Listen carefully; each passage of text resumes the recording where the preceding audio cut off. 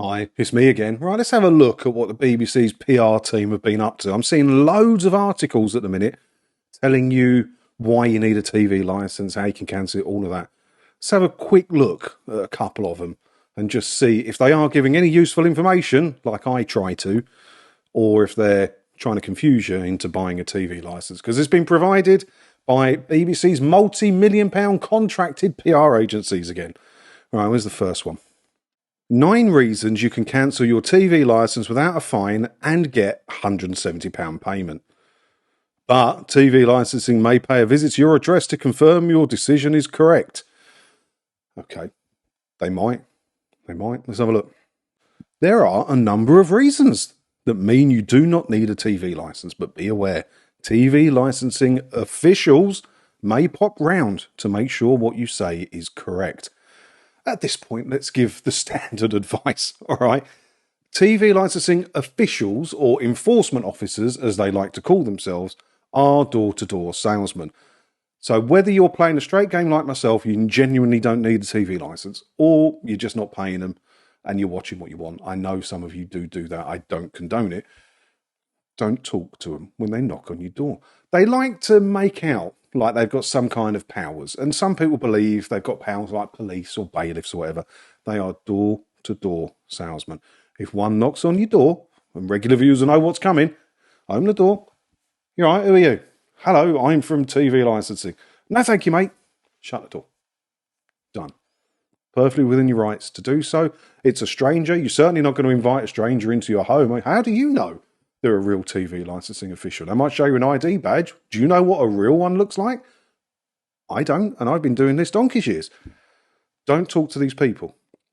And then you can't get in trouble for anything if you don't talk to them. That's the only way. But anyway, let's by the by. If you don't know what the TV license actually covers, you are far from alone. 4 out of 10 people are clueless about what the TV license covers. I probably agree with that.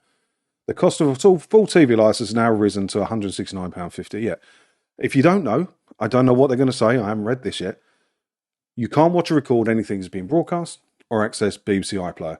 You like Coronation Street? Not a problem. You can still watch it. Just got to watch it on demand through ITVX. Simple. However, a survey conducted earlier this year by FCA-regulated credit broker Viva Money, so this is an ad for Viva Money, revealed that 43% of adults don't fully grasp what the TV licence entails. Those who mainly watch platforms like Netflix, Disney Plus or catch-up services, excluding BBC iPlayer, might discover they don't need a licence at all. Okay, I'm surprised. So let's have a look. Let's have a scroll down. Let's have a look at your information. This could enable them to cancel their payment and potentially claim a refund. All UK households will need a TV licence to watch or record programmes as they're broadcast. Bloody hell, that's actually real information. This rule applies to all programmes and all channels from social documentaries, even if these programmes broadcast on a computer, blah, blah, blah, or even if they're broadcast from a foreign channel. Many of you will know that my ex was Spanish and she liked a bit of Spanish telly. But we can't watch live Spanish telly in my gaff because you need a TV line. What business is it of the BBC's if she wants to watch Spanish broadcast telly from Tinternet? I don't understand that. The TV licence covers online TV services such as ITV Hub, all for Amazon Prime Video. However, unlike with BBC iPlayer, a licence is not required if a person only watches catch-up programmes on these services. I don't like the way it says the licence covers online TV services such as ITV Hub. You know that gets my back up. This one's not too bad. Boring and long, and you should just put bullet points at the top, but not too bad. Quick mention, if you do think you're going to get a refund, you're only going to get one if you pay by direct debit or you pay in advance. Like you pay your licence fee every year as it comes through. You make a card payment or send them a cheque if you're from the 50s. You could get some money back. Right, where's the next one? Oh, Huffington Post. Quality journalism.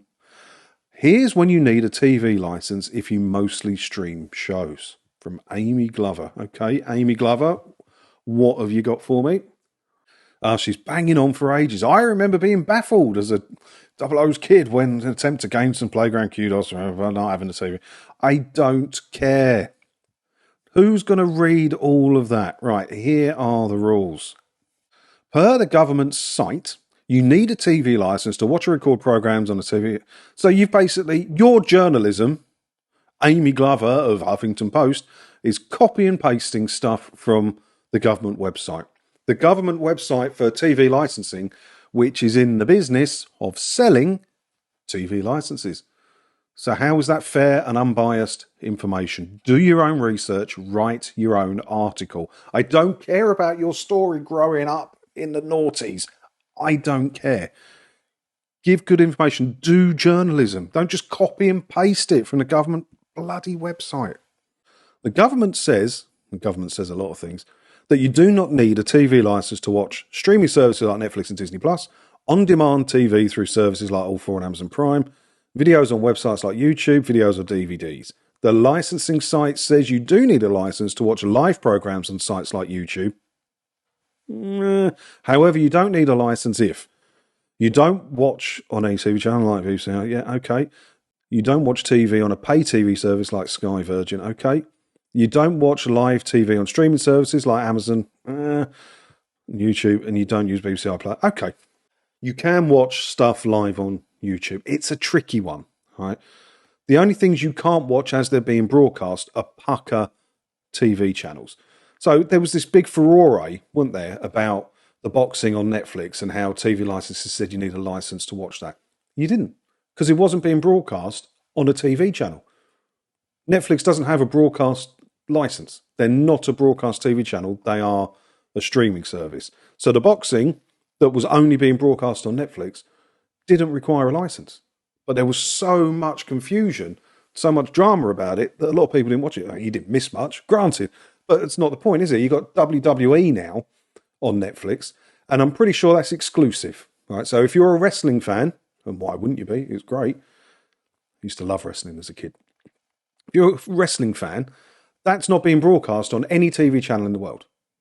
It's not. It's exclusive to Netflix. So technically, you don't need a license to watch that. Now, stuff on YouTube is a tricky one. Like if I go live, you can watch me live. I'm not a telly channel. But Sky News, GB News, things like that are broadcast live on Netflix. And to watch that on Netflix, on YouTube, in order to watch those, because they are a proper TV channel, it's being broadcast on TV, just so also happens to be on YouTube, you do need a license for that. She literally just goes on with the copy and paste from the government website, which is fine. I mean, they're not going to fully lie to you on the government website. But you've got to remember, they're in that website she got the information from is in the business of selling television licenses. So they're not going to make it as clear as they should. They're going to be biased towards selling a license. All she had to do was her own research and her own write-up. You know, there's plenty of information out there on the other side of the fence. Read some of that, read what the government says, do your research, and then you can put together a proper story, rather than telling us how you grew up having a friend's mum who bragged about not having a TV. We don't care. We don't care. Just going through the bookmarks on here, and I have got so many of those advice things bookmarked. And I'm not going to talk about too many of them anymore because it's pointless. It's all nonsense. If they're not copy and pasting it from the TV licensing website, then the information's being provided by one of the PR teams. They have, I think it is 6 agencies currently on the books with TV licensing on multi-million-pound contracts, and they all have contacts in the media. You know, they all know each other. They're PR, right? That's what they do. That's their job. That's why you earn your money. It's because of your contacts in the media. So that's where a lot of these stories come from, and that's why most of them are absolute toss. What do you think about this? Let me know your thoughts about this down in the comments below. While you're leaving your comment, hit all the buttons and everything as well, because if you do all that, hopefully I'll get to see you in another video again soon, won't I? Ta-da.